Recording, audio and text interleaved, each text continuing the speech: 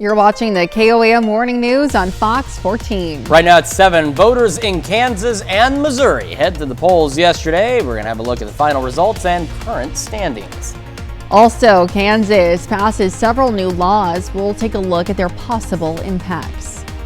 And much nicer start to the day, not as cold and warmer this afternoon. The latest in that forecast to get you out the door coming up. The 4 states' most watched news starts now. Well, good morning and welcome to the KOAM Morning News on Fox 14. I'm Elise Snowe. I'm Chris Warner, just after 7 o'clock on this Wednesday, April the 9th. And we are trucking right on through this week. And the elections yesterday. Yes. And of course, today's weather is considerably better. It's much milder out there than where we were yesterday as well. Not bad at all. So that's what we are going to do. We're going to talk about your forecast first, and then Elise here is going to catch up on all the election results. So let's start with that look outside. Downtown Pittsburgh, 4th and Broadway. Looking back to the east, it's partly to almost mostly cloudy right now, but we're going to spend the majority of the day partly cloudy.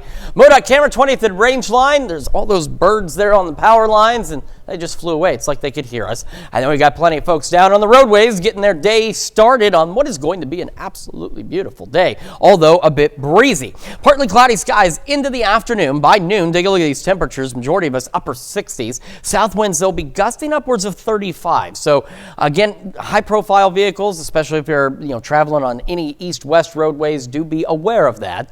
Otherwise, just beautiful weather. Temperatures looking pretty nice. Still partly cloudy by this afternoon. Later this evening, the winds will begin to shift out of the west. They'll actually slow down a bit, and then overnight, they will become calm before they pick up again tomorrow behind that cold front.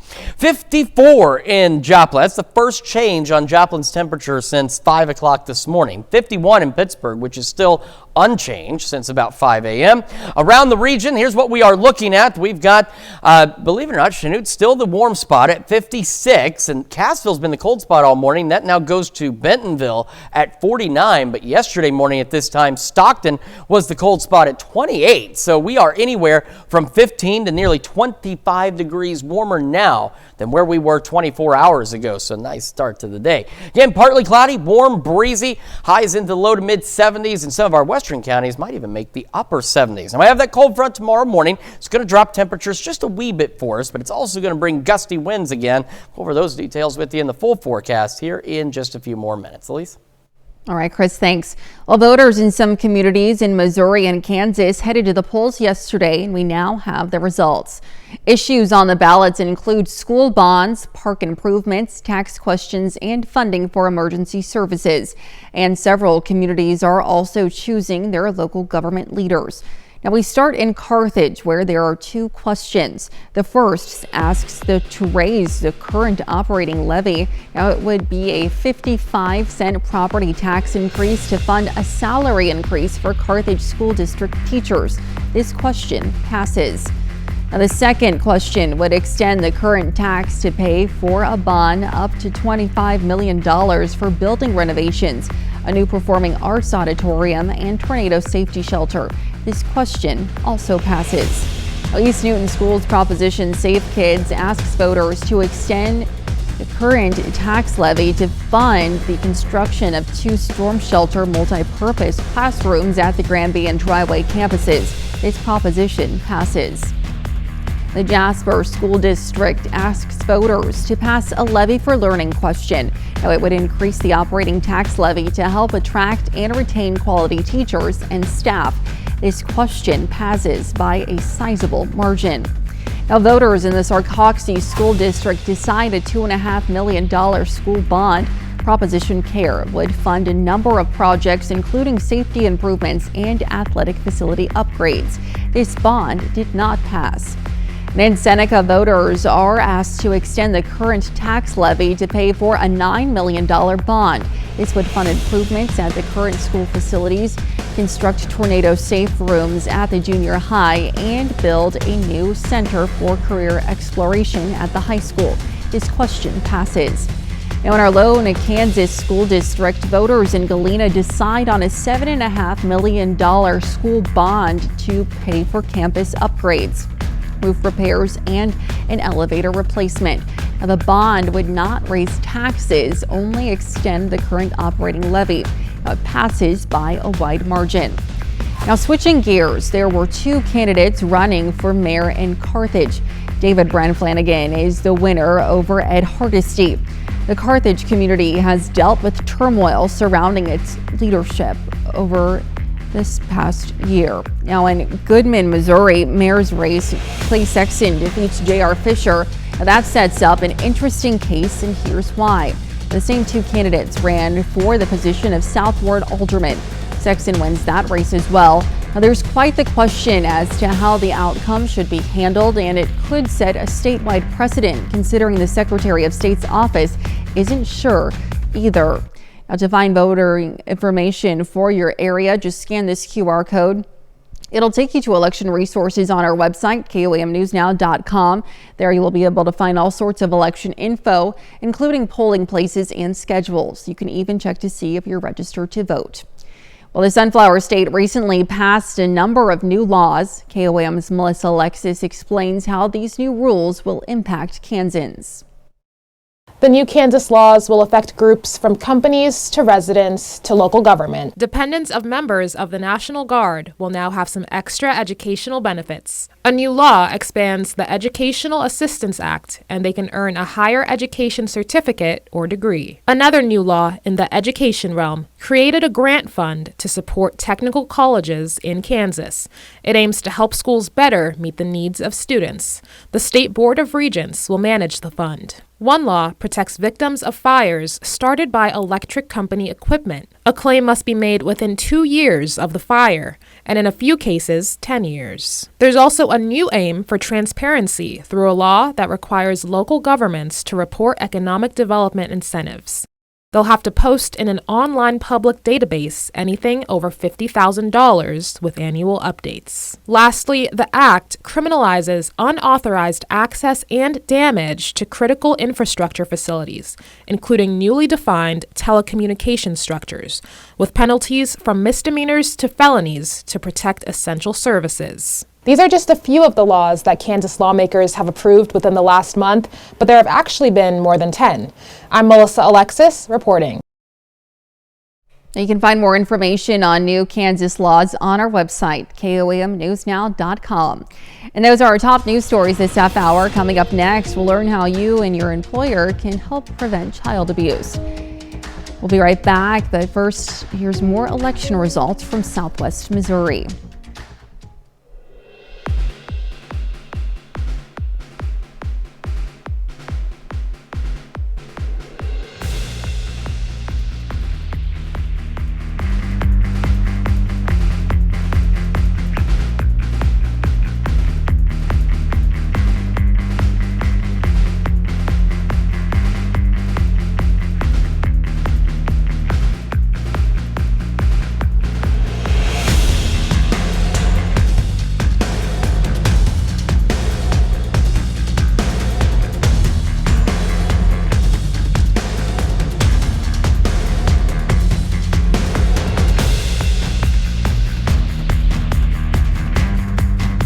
April is National Child Abuse Prevention Month, and we have Michelle Broxterman with us this morning to share how one way you can prevent child abuse in the workplace. Welcome to you, Michelle. Thank you for being with us this morning. So talk to me a little bit about child abuse and how that correlates to the workplace. Yeah, so a lot of people think that child abuse prevention maybe falls on the shoulders of the parents, Sure. you know? Yes. But actually that's something that everyone in the community can work to prevent. And so one thing that we can do as employers is change the policies and practices that we have in place so that we can support parents in just being able to provide an environment that's nurturing and safe for their kids. So. Absolutely. And speaking to that, for employers, what are some signs or instances where there might be needing to fall back on some resources to help children?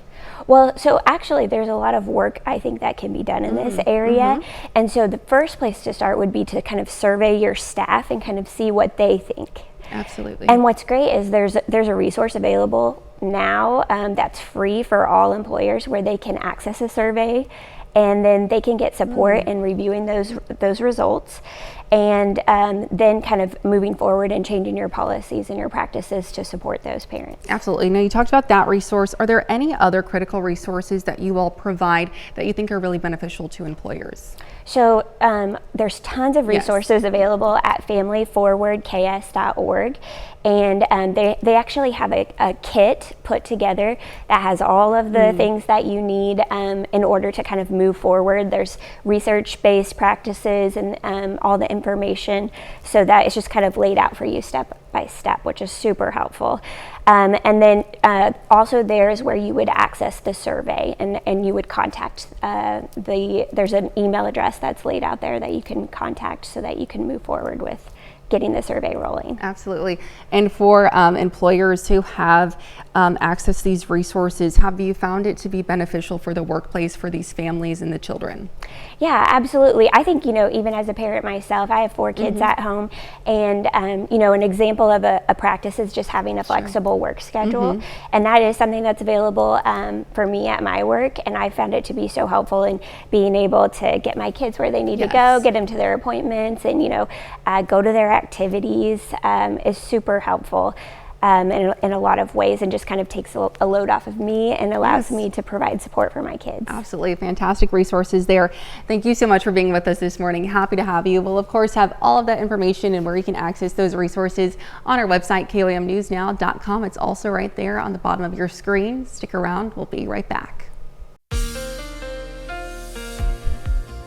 Welcome back to the KOAM Morning News, 7:16 now on this Wednesday morning. We're going to start with the future track heading into the afternoon. We've already got partly cloudy skies out there. We'll continue to have partly cloudy skies today. Winds, though, out of the south will start gusting upwards of about 35 miles an hour. So if you're driving on any east-west highways, especially in high-profile vehicles, you want to be aware of that gusty wind. You don't want it to catch you off guard there. Temperatures, though, thanks to that south wind, already warmer this morning, and they'll be warmer today. Most of us making right about the low to mid-70s, but some of our western counties could even make the upper 70s. Will remain partly cloudy. Now, by later this evening, winds will begin to shift out of the west, and that will result in them slowing down, up west 5-10 miles an hour, and then overnight they become calm, which will be nice. Skies will actually even be mostly clear, just a couple of clouds after midnight, but by tomorrow morning, clouds begin to increase. We're still mild to start. You can see a lot of low 50s out there, and then that cold front passes through, and that brings in 2 things. One, slightly cooler temperatures and gusty northwest winds now, pushing about 25 miles an hour. We'll still have partly cloudy skies through the day, but otherwise, it's not looking all that bad. Temperatures, again, just a wee bit cooler. Now, we go through the day Thursday and overnight into Friday morning. We still have the north winds. We still have some cool air in place. So, yeah, it's going to be a little chillier Friday morning, but thankfully not toward the freezing mark like we've seen, because that is less than pleasant, to say the least, as we saw the last couple of days.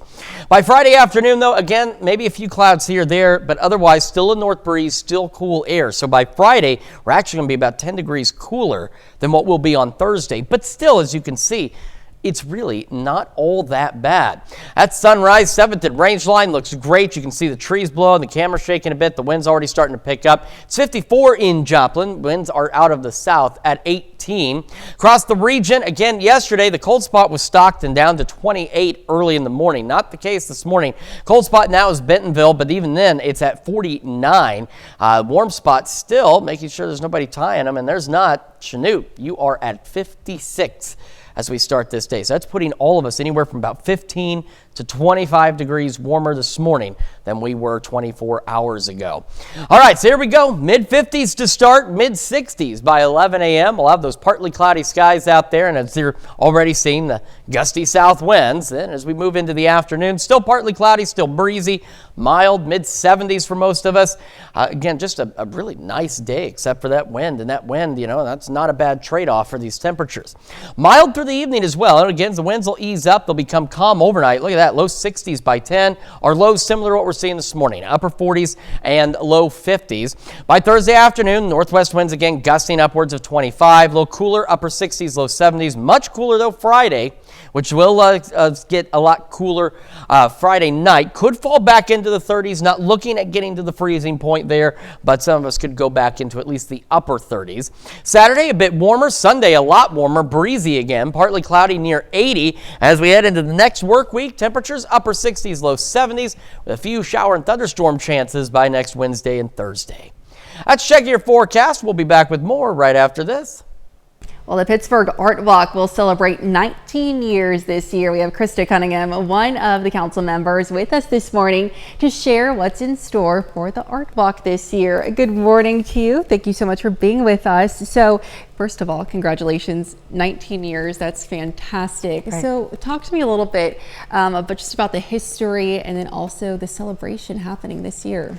So the Art Walk started by a group of people who wanted to bring art, art to outside, yes. Where people can experience it. We had artists put their artwork in business windows and people would walk around and look at it. And then it became such a popular yes. thing that it has now transformed into a festival. And so it's completely outdoors. We bring all of the artists out, they set up their booths, they sell their artwork, and they get to engage with the community. It's a really fantastic event. That's fantastic, and it's grown so much over the 19 years. How does it feel to see the community of Pittsburgh really embrace local artists? It's actually very encouraging to see the thousands of people that come out just to support art in our community. So we've got several artists, and they are very pleased to come out and excited to participate, and seeing the crowd and yes. the kids that are excited to participate in the activities, and seeing everybody get excited about art is just really fulfilling. Absolutely, and they'll get a chance to be excited about art this weekend with the Spring Art Walk happening. Talk to me about that, what it all entails. So the big thing this year is that we've moved our event to a Saturday. Normally it's on a Friday, so we wanted to make sure everybody knew to come out on Saturday this year. And we've got extended hours, and so we're starting at 3 o'clock. And then we will have live music, we'll have food trucks, of course art demonstrations, and all of our artists will be out on the street displaying their work and talking about their process, and it's going to be pretty great. Fantastic. Now, if people aren't able to come to this art walk, or they can't wait for the next art walk in the fall, talk to me about when that will be as well. Right, so September 20th will be our fall art walk. So if anybody can't make it to this one, I highly recommend that one, because then you've got the fall setting as yes. well. So it's definitely one for the books as well. Absolutely, and if folks want to stay up to date with you, find out more information, what are some resources where they can find? Right, so first off, go to our website, yes. pittsburghartscouncil.com, and then we also are on Facebook and Instagram. Wonderful. Well, again, thank you so much for being with us, and congratulations on 19 years. Thank Fantastic. You. I appreciate it. We'll, of course, have all of this information on our website later on this morning, KOAMnewsnow.com. Stick around. We'll be right back. The 4 states' most watched news starts now.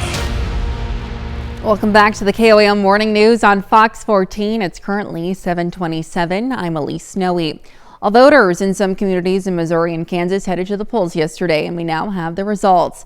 Several area communities voted on tax proposals yesterday. They included a proposed 1/4-cent sales tax in Jasper County to create a children's services fund. Supporters say it would generate $5 million a year. Voters rejected that idea. Barton County, Missouri voters were asked to fund MU extension programs through their property taxes. Voters said no to that proposal. Now, we've told you about the proposal to impose a 3% tax for some online purchases in Neosho, Missouri, to go toward parks and recreation projects. Voters apparently don't like that idea. That issue fails. Oronogo had its own online sales tax proposal on the ballot. Voters give a thumbs down to that proposal. And Goodman, Missouri voters rejected a 1/2-cent sales tax proposal for public safety and law enforcement funding. Goodman also considered an online sales tax of 1.5%. Voters there narrowly approved the proposal. And a proposal in Knoll, Missouri was to make a 3/8 cent sales tax permanent. Knoll voters approved the idea. We'll have more election results in a bit. And to find voting information for your area, you can just scan this QR code. It'll take you to election resources on our website, KOAMnewsnow.com. You'll be able to find all sorts of election info, including polling places and schedules. You can even check to see if you're registered to vote. Now let's head over to Chris for a quick look at your forecast. We're not doing too bad out there. We've got the sun rising, partly cloudy skies. Temperatures milder this morning than where they were yesterday. We're anywhere from 20 to 25 degrees warmer. MoDOT camera at 20th in range line. Also looking pretty good so far. Some of those clouds here and there. We'll have the partly cloudy skies through the day. South winds, though, start gusting. They're already picking up, but they'll start gusting upwards of about 35 miles an hour today. But that does bring in the nice warmer air across the region. And then by late evening, those winds will shift out of the west. They'll ease up a bit, and overnight they'll actually become calm before they pick up again tomorrow. We're at 54 in Joplin right now, 52 in Pittsburgh, and around the area, temperatures looking about like this. We've got low mid 50s. We've got some upper 50s here and there. Chanute, Yates Center, both at 56. So a couple of the warmer spots. Cassville, Bentonville, both tied as the cooler spots at 49. But again, these temperatures anywhere from 15 to 25 degrees warmer now than where it was this time yesterday morning. Highs today, eventually low to mid 70s for most of us. Some of our western counties could ultimately go into the upper 70s. Partly cloudy skies, as I mentioned. Of course, that south breeze gusting to 35. We have that cold front coming through tomorrow. We'll talk about what that's going to do to our temperatures and how our weekend is looking here in just a few more minutes. Elise? All right, we'll see you soon. And don't forget, you can be the first to know about the day's weather with the KOAM Skywatch weather app. Get severe weather updates sent straight to your phone, of course, free of charge. It's available in the Apple App Store and the Google Play Store, the KOAM Skywatch weather app. Well, Neosho County commissioners met to discuss a road and bridge sales tax that voters approved last August. The leaders say they do not have any concrete plans on which projects they will work on first, but do plan to discuss their options in more detail at a later date. Started in January of this year, January 1st, 2025 is when it starts accumulating. We are getting ready to open the funding account, so we have to get that lined out through our CIC process. The commission was scheduled to talk about its plans to work with the community's solar power systems. However, that is currently rescheduled until Tuesday. Well, Pittsburgh State University hosted its 55th annual Math Relays, bringing together over 850 high school students from 52 schools across Kansas, Oklahoma, and Missouri. The event featured intense timed relay math tests where teams of 4 competed, each taking a leg of every challenge. Educators highlight the event as a valuable opportunity for students to tackle complex problems without utilizing modern technologies. It's just a really fun competition and exercise to practice our math skills in kind of a non-school environment in a bit outside of school, so it's also a bit competitive in the fact, so it's pretty fun doing that. It's difficult, but just with the technology alone that the students have accessible to make sure that they're really applying themselves and learning it and just not reaching out to those AI and Google, things like that, and finding out, well, here's the answer and here's how you work the problem, rather want them to be able to better apply themselves and learn it. Now, most students we spoke to wanted to study a math-related subject after high school, like the medical field or science field. Others did it just for fun.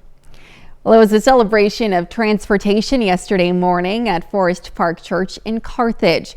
The church honored the transportation department of Carthage schools by serving bus drivers a full breakfast, including biscuits and gravy, sausage, and eggs. The event was inspired by one of the church's pastors who has a family history of bus drivers.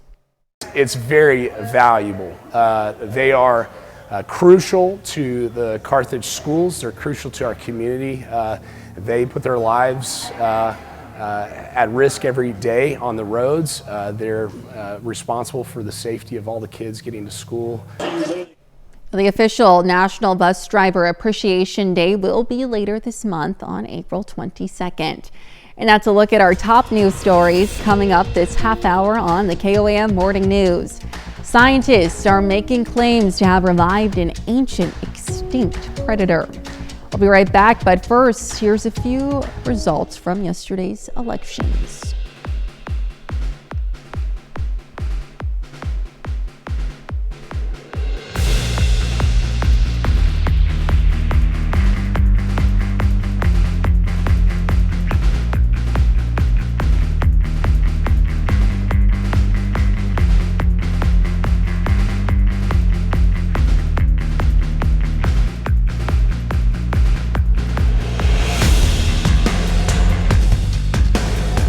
In Consumer Watch this morning, well, some Social Security recipients will see higher April payments thanks to a new law. Americans who collect a public sector pension were not allowed to receive their full Social Security benefits because of the windfall elimination provision and government pension offset. Now, the Social Security Fairness Act, signed into law by then President Joe Biden, will increase beneficiaries' monthly payments and award them a one-time retroactive payment if they were impacted by WEP or GPO. American Airlines and the U.S. Customs and Border Protection are working to simplify international layovers. Now, the new pilot program called International Remote Baggage Screenings will allow travelers who are arriving from overseas and connecting to domestic flights to go straight to their gate without having to recheck their bags. Now, the program is on a trial run for flights leaving Sydney International Airport to Los Angeles International Airport, with hopes to expand in the future. And Big Lots stores are getting a new life. Variety Wholesaler is looking to open a handful of discount retailers' locations on Thursday. Now, it's the first of 4 waves of openings it has planned for the Big Lots stores it bought. Now, the first wave will include 9 stores across Kentucky, Louisiana, Mississippi, North Carolina, Tennessee, and Virginia. Customers can expect remodeled stores, a large selection of closeout deals, and new merchandise categories. Well, stocks rallied early yesterday before giving up those gains amid more uncertainty over what's to come with President Trump's tariffs. Now, meanwhile, the White House continues to dig in against its doubters amid growing scrutiny. Fox News correspondent Connor Hansen has more. A week after a long list of new tariffs were placed on different countries, the White House says it's standing firm in the face of turbulent markets. Markets move up, markets move down. The big trading partners that have been giving us massive trade deficits for years, even decades, because of their unfair trade policies, that's what we're focused like a laser beam on. Stocks having an up and down day Tuesday amid news that some countries now want to come to the table and negotiate on trade. But after China missed President Trump's deadline to remove its retaliatory tariffs, the White House says it will impose 104% tariffs against China starting Wednesday. Countries like China, who have chosen to retaliate and try to double down on their mistreatment of American workers, are making a mistake. President Trump has a spine of steel, and he will not break. Democrats say the tariffs have gone too far. This economy is teetering on the edge of collapse. The situation creating some strife between the president's advisors after Elon Musk said last weekend he'd like to see a, quote, zero tariff situation between the U.S. and Europe. Trade advisor Peter Navarro had this to say. The thing that's, I think, important about Elon to understand, he sells cars. Elon fired back Tuesday on X, calling Navarro a moron. The White House says it's not concerned about the spat. Boys will be boys. The Trump administration says about 50 different countries have been in contact. China says it's willing to, quote, fight to the end. In New York, Connor Hansen, Fox News. And those are our top consumer stories. Let's take a look at the market prices before the opening bell. Welcome back to the KOAM Morning News. Coming up on 7:43 now on this Wednesday morning, and back to the future track as we head into the afternoon. Partly cloudy skies, gusty south winds pushing 35 miles an hour. So do keep that in mind if you're traveling today, especially on any east-west highways. But that south wind is also bringing in much warmer temperatures for us into the afternoon as well. Now, by the evening hours, that wind will begin to shift out of the west. It'll start to ease up a bit out of the west, about 5 to 10, before it becomes calm overnight. We'll actually even have mostly clear skies overnight before partly cloudy skies return tomorrow morning. Now, tomorrow we do have that cold front coming through, but we do still start the day warmer into the low 50s, so very similar to today, upper 40s, low 50s tomorrow morning. Then that front passes through during the morning hours. Winds will shift out of the northwest back behind it, and they'll start gusting upwards of about 25 miles an hour. However, while the temperatures will fall back a bit, they do not drop significantly. We're back into the upper 60s and low 70s, so not that big of a drop. The bigger drop believe it or not, comes into Friday. We'll have a cooler night Thursday into Friday morning. We're hanging out in the 40s. By Friday afternoon, other than a couple of clouds, we're looking at sunny skies. We still have a north breeze, still some cool air rolling in, and that keeps our temperatures about 10 degrees cooler on our Friday than what we're going to see on Thursday, which will lead to a colder night Friday night into Saturday. Could see some upper 30s, but we're not looking at anything quite near freezing like we saw yesterday and Monday morning. Right now, Joplin, you can see it is partly cloudy, and there's the sunshine out there. We're sitting at 54, south breeze at 18, and of course, the trees themselves just kind of rocking back and forth in that wind. Those gusty winds will continue again through today. Our temperatures right now, not bad. Cold spot back to Cassville, Bentonville, both sitting at 49. And the warm spots are Chanute and Yates Center. They've been battling it out all morning for the warm spot at 56 each. But again, keep in mind, yesterday morning, Stockton had the cold spot, and they were down as low as 28 degrees yesterday morning. So this is certainly an improvement. Makes 49 not look too bad at all. All right, getting the morning started, mid-50s out there to start our day, mid-60s by 11 o'clock this morning. Again, those partly cloudy skies. South winds gusting, as I mentioned, about 35. Highs for most of us, low to mid-70s, but our farther west counties could even make it into the upper 70s today. Again, winds ease up later this evening. Skies clear out a bit overnight. We're back into the upper 40s, low 50s again, and we'll have those winds again be calm. Once that front passes tomorrow morning, though, that's when the northwest winds will pick back up, gusting to 25. Low 70s, upper 60s. Again, cooler Friday, upper 50s, low 60s.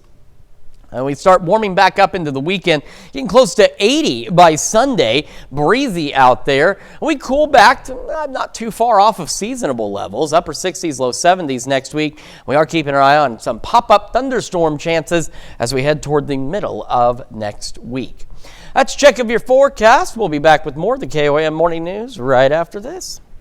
Well, dire wolves were animals that last roamed the earth roughly 13,000 years ago. Now, if they sound familiar, the extinct creatures were popularized on the series Game of Thrones. But now scientific developments are helping revive these ancient specimens so they can walk the planet once again. Company behind the breakthroughs explains how it's all possible. Gary Baumgarten reports. Many species have gone extinct over millions of years, but science is helping one previously wiped out animal return. Sort of. Dire wolves once roamed the earth more than 10,000 years ago, but now scientists at Colossal Biosciences, a biotech company aiming to rebuild the DNA of ancient creatures, say they've done just that, all with the help from modern-day gray wolves. A gray wolf is the closest living relative of a dire wolf. They're genetically really similar, 99.5% similar. Only dire wolves are larger, more muscular, and have these light-colored coats and other things that we can see from the fossils. Scientists targeted specific DNA variants they believed were responsible for dire wolf traits. And then we edited gray wolf cells to contain those dire wolf DNA variants. And then we cloned those cells and created our dire wolves. Researchers say the process is similar to IVF, where you take hormones and it makes a lot of egg cells ripen at the same time, and then you take them and then you fertilize them in addition to lab.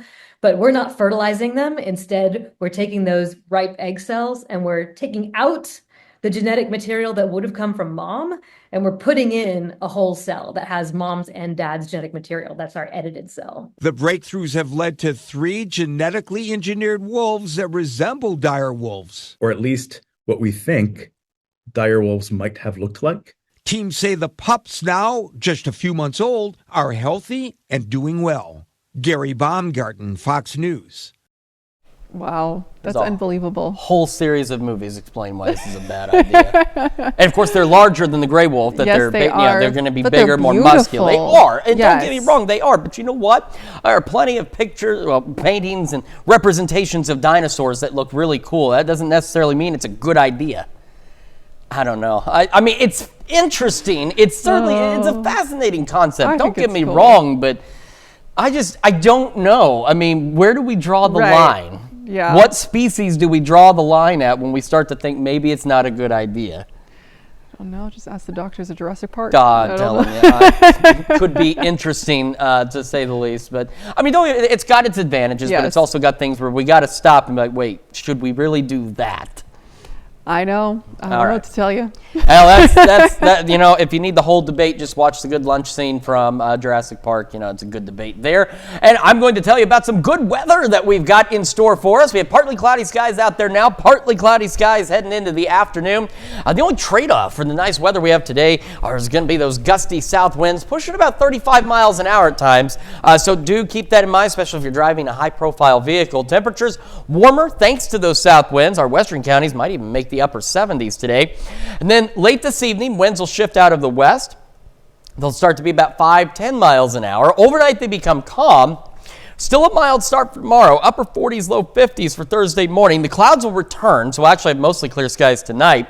And then we go partly cloudy again by tomorrow morning. That cold front passes through it, boundary pushes through. It does bring our temperatures down a wee bit, but not significantly, which is nice. But it will bring gusty winds back, this time out of the northwest as we head through our Thursday, pushing about 25 miles an hour out there. And as I mentioned, our temperatures only a few degrees cooler. The biggest impact we're going to have from this cold front, believe it or not, is going to be heading into Friday. So Thursday night into Friday morning, our temperatures do begin to fall back. Still not quite the freezing like we saw earlier, but still chilly compared to right now and what we're expecting tomorrow morning. We'll be back into the 40s.